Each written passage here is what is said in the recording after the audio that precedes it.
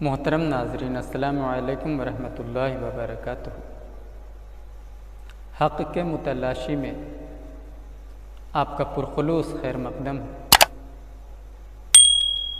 آج کا موضوع ہے تخلیق آدم علیہ السلام اور فجر کی 2 رکعت فرض نماز۔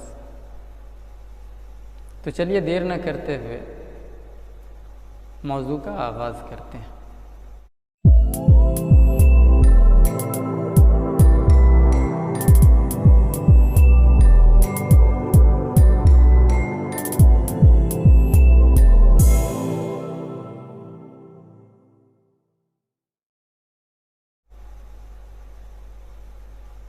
تصور کیجئے اس وقت کا جب دنیا میں انسانوں کی آبادی نہیں تھی، نہ آدم تھے، نہ آدم زاد، نہ حوا تھی، نہ حوا کی اولاد۔ یہ دنیا کتنی اداس اور کتنی ویران رہی ہوگی۔ نہ شور و غل، نہ ہنگامہ، نہ فکر معاش، نہ فکر آخرت، گویا ہر چیز سے خالی اور ہر چیز سے عاری دنیا۔ جب دنیا میں انسانوں کی آبادی ہی نہیں تھی تو یہ ساری رونقیں کہاں سے ہوتی؟ یہ ساری رونقیں، یہ ساری بہار تو انسانوں ہی کے دم سے۔ انسانی وجود کے دنیا میں آتے ہی زندگی کی تگ و دو شروع ہو گئی۔ انسان نہ سراپا شر تھا، نہ سراپا خیر۔ انسانوں کے دنیا میں آتے ہی ان دونوں فطرتوں کا بھی ظہور ہوا، یعنی خیر اور شر۔ یہ الگ بات ہے کہ ایک نے انسان کو کامیابی سے ہمکنار کیا اور دوسرے نے اسے گمراہی کے راستے پہ ڈال دیا۔ ذرا اور پیچھے ہٹ کر سوچیے، جب یہ کائنات نہ رہی ہو، کائنات میں پائے جانے والے مخلوق نہ رہے ہوں، تب خالق کائنات کیا سوچتا رہا ہوگا؟ ایک حدیث قدسی ہے، اگرچہ سند کے اعتبار سے ضعیف ہے، مگر میرے اس تصور کے لیے معین و مددگار ہے۔ اللہ تبارک تعالیٰ کا ارشاد ہے کہ میں پوشیدہ خزانہ تھا، میں نے چاہا کہ پہچانا جاؤں، پس میں نے مخلوق کو پیدا کیا۔ گویا مخلوق کی پیدائش کا مقصد خالق کائنات کو پہچاننا ہے۔ لہٰذا جو مخلوق اپنے خالق کو نہ پہچانے وہ اپنے مقصد تخلیق سے ناواقف۔ خالق کو پہچاننے کا کیا مطلب؟ خالق کو پہچاننے سے مراد یہ ہے کہ مخلوق اپنے خالق کا مطیع و فرما بردار ہو، ہر وقت اس کی عبادتوں میں منہمک رہنے والا۔ قرآن کی ایک آیت، وَمَا خَلَقْتُ الْجِنَّ وَالْإِنسَ إِلَّا لِيَعْبُدُونَ، ہم نے جنات اور انسان کو صرف اپنی عبادت کے لیے پیدا کیا ہے۔ انسانوں سے پہلے دنیا میں جنات آباد تھے، مگر ان سے وہ رنگا رنگی پیدا نہ ہو سکی جو حضرت آدم علیہ السلام کا مقدر تھے۔ اللہ تبارک تعالیٰ نے جب ابو البشر حضرت آدم علیہ السلام کی تخلیق کا سوچا تو تمام فرشتوں کو یکجا کیا اور انہیں اطلاع دی کہ میں زمین پر اپنا ایک نائب، اپنا ایک خلیفہ پیدا کرنے والا ہوں۔ آدم علیہ السلام کا خمیر مٹی سے گوندھا گیا، جب وہ مٹی پختہ ٹھیکری کی طرح کھنکھنانے لگی، تب اللہ تبارک تعالیٰ نے اس جسد خاکی میں روح پھونکی، دفعتاً وہ جسد خاکی گوشت پوشت کا انسان بن گیا۔ اب جب کہ آدم علیہ السلام کی تخلیق ہو گئی، اللہ تبارک تعالیٰ نے فرشتوں سے انہیں سجدے کرنے کو کہا۔ تمام فرشتے لبیک کہتے ہوئے آدم علیہ السلام کے آگے سجدہ ریز ہو گئے، مگر ابلیس وہ نہ سجدہ کر سکا۔ اللہ تبارک تعالیٰ نے جب دیکھا کہ تمام فرشتے سجدہ ریز ہیں، ابلیس نے سجدہ نہیں کیا، تو اللہ تعالیٰ نے ابلیس سے پوچھا کہ اے ابلیس، وہ ایسی کون سی بات ہے جو تجھے آدم علیہ السلام کو سجدہ کرنے سے روک رہی ہے؟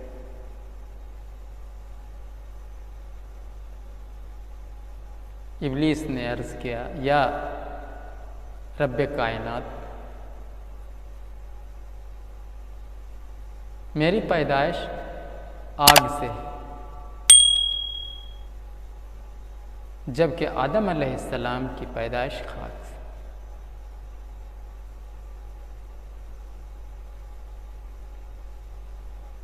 مٹی کی جو صفت ہے وہ پستی کی طرف جاتی ہے، اور آگ کی جو صفت ہے وہ بلندی اور رفعت چاہتی ہے۔ اس لیے میں آدم سے افضل ہوں، اور یہی وجہ ہے کہ میں نے آدم کو سجدہ نہیں کیا۔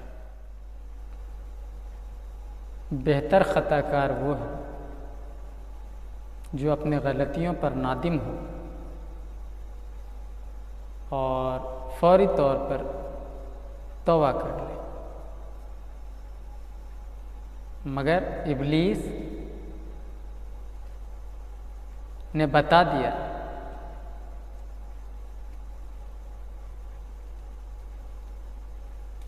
کہ یہ خطا اس سے دھوکے سے نہ ہو کر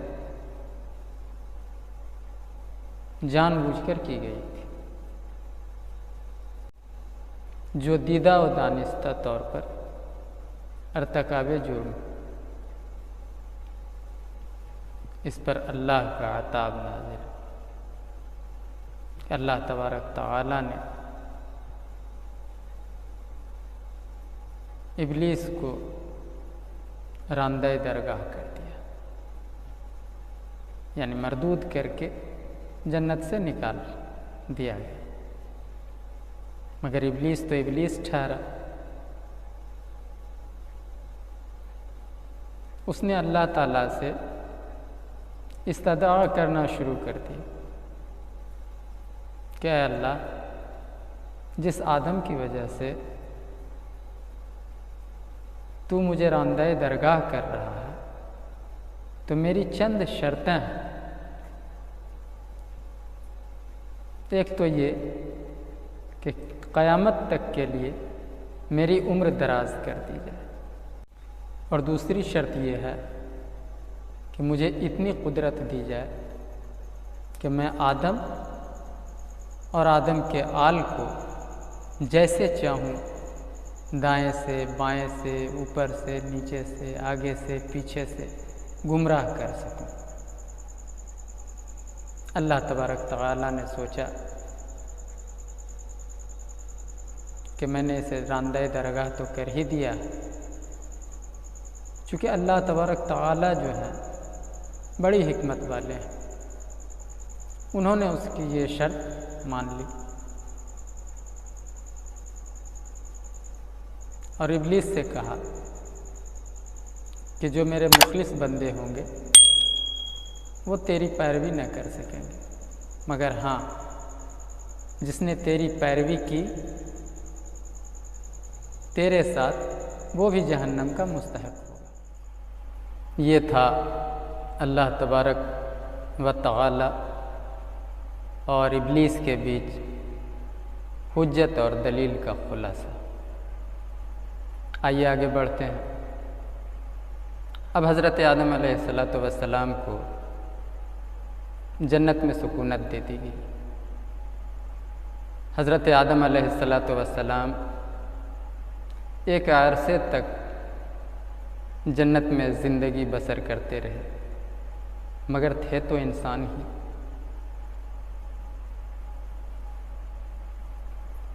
تنہائی اور یکتائی کی وجہ سے حضرت آدم علیہ السلام وحشت اور تنگی محسوس کرنے لگے۔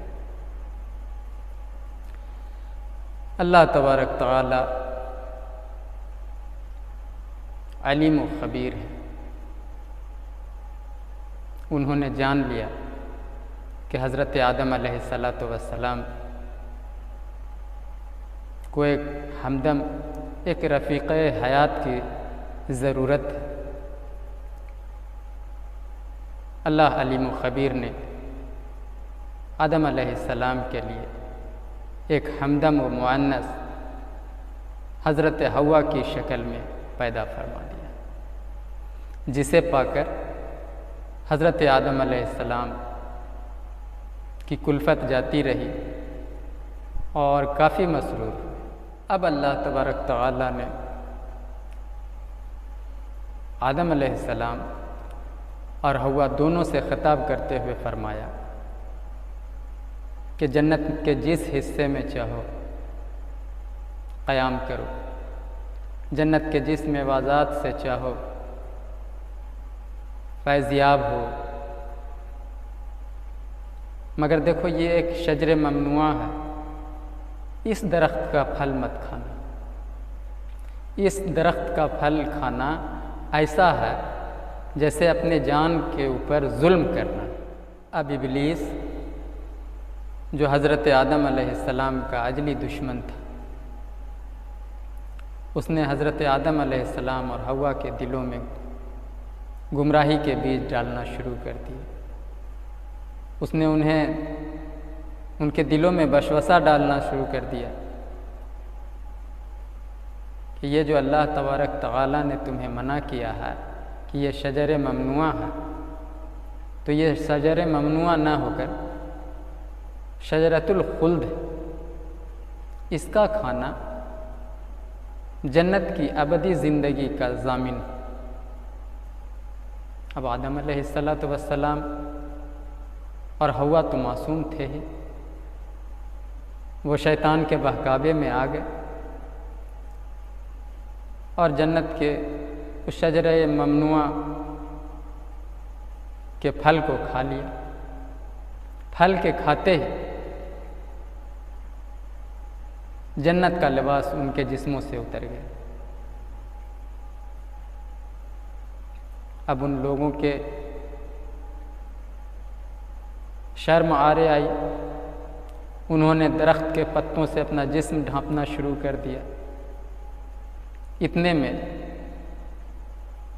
اللہ تبارک تعالی کا عتاب آمیز خطاب نازل ہوا کہ اے آدم، کیا میں نے تم کو منع نہ کیا تھا؟ اب چونکہ تم نے ارتکاب جرم کیا ہے تو جنت سے تو نکلنا پڑے گا۔ بہرحال حضرت آدم علیہ السلام کو فوراً اپنی غلطیوں کا احساس ہوا اور وہ سجدے میں گر گئے اور یوں گویا ہوئے کہ اے اللہ، بے شک تو رحم کرنے والا ہے، ہم نے اپنی جان کے ساتھ دشمنی کی، اپنے جانوں پر ظلم کیا، اگر تو نہ رحم فرمائے گا تو ہم خسارے والوں میں ہو جائیں گے۔ اللہ تبارک تعالیٰ بے شک غفور الرحیم ہے۔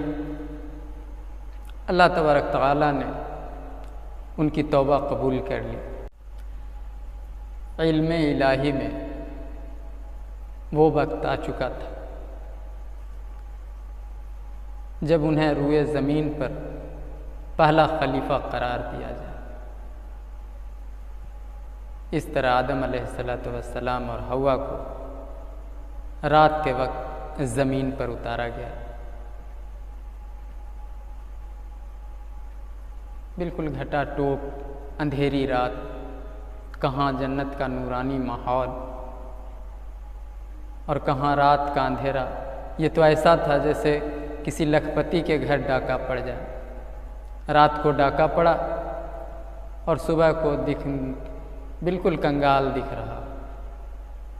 ٹھیک ویسی ہی حالت حضرت آدم علیہ السلام کی بھی تھی۔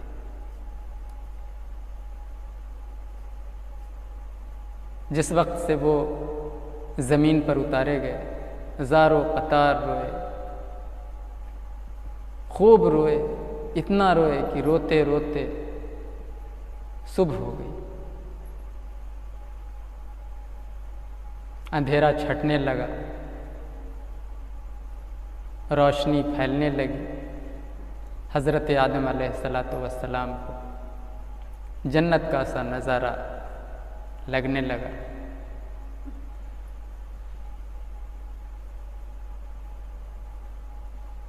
ان کو جنت کے وہ دن یاد آ گئے جہاں اس طرح کا موسم ہوا کرتا تھا۔ بہرحال اب آدم علیہ السلام کو جب کچھ اچھا لگنا شروع ہوا تو انہوں نے 2 رکعت نفل نماز ادا کی۔ 1 رکعت نماز اندھیرا کے چھٹ جانے کا اور دوسری رکعت نماز روشنی کے پھیل جانے کا۔ آدم علیہ السلام اس انکساری کے ساتھ وہ نماز ادا کیا، اس انکساری کے ساتھ وہ نماز، اللہ کو ان کی وہ نماز بہت پسند آئی۔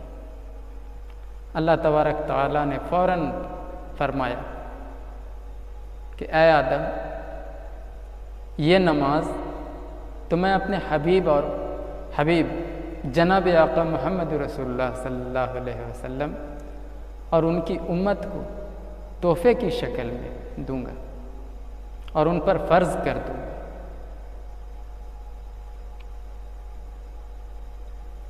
تو عزیزو دوستو، یہ تھا قصہ تخلیق آدم اور فجر کی 2 رکعت فرض نماز کا۔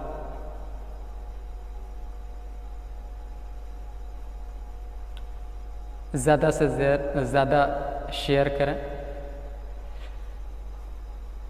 اور دعاؤں میں یاد رکھیں۔ انشاءاللہ العزیز اگلا ویڈیو جو ظہر کے نماز کے متعلق ہے بہت جلد آپ لوگوں کے بیچ آئے گا۔